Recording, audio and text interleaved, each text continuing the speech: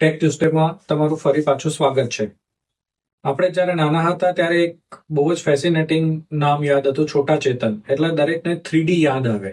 તો આમ આપણે લાસ્ટ ટાઈમ જે વાત કરી હતી સોનોગ્રાફી મશીનની, તો સોનોગ્રાફી મશીનમાં ઘણા બધા મશીન્સ એવા હોય છે કે જેમાં 2D સોનોગ્રાફી પણ થતી હોય છે, 3D સોનોગ્રાફી પણ થતી હોય છે. તો આજે આપણે એના વિશે વાત કરીશું.